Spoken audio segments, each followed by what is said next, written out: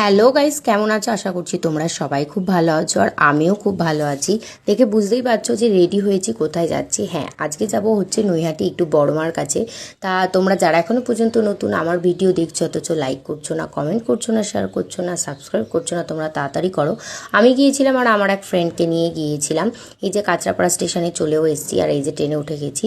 আর সে এত সুন্দর হাওয়া দিচ্ছিল আর এত লোকজন, না দেখে মনে হচ্ছিল আমার দুর্গাপুজো ফিল আসছিল। তারপরে এই যে আমরা হেঁটে হেঁটে দুই বান্ধবী গল্প করতে করতে যাচ্ছিলাম। আর নৈহাটি পুরো লোকজন ভর্তি, মানে পুরো সাইডে তো পুরো মেলা, মানে সব জামা কাপড় বসেছে। এই যে বড়মার কাছে চলে এসেছি। সত্যি এখানে সে এক আলাদাই শান্তি। আমি কখনো ভেতরে ঢুকিনি, একবার এসছিলাম, কিন্তু বাইরে থেকে মাকে দর্শন করে চলে গেছি। কিন্তু আজকে ভেতরে ঢুকে মাকে দর্শন করেছি, কিন্তু পুজো দেওয়া হয়নি। একদিন ইচ্ছা আছে অন্য সময় গিয়ে মার সাথে গিয়ে পুজো দিয়ে আসবো। তাই এই যে এখানে রামের পুজো হচ্ছিল আর রামটা খুব বড় ছিল আর খুব সুন্দর দেখতে লাগছিল। আমরা একটু গঙ্গার কাছে হাওয়া খেতে গিয়েছিলাম আর গঙ্গার আশেপাশটা দেখো কি সুন্দর সাজিয়েছে।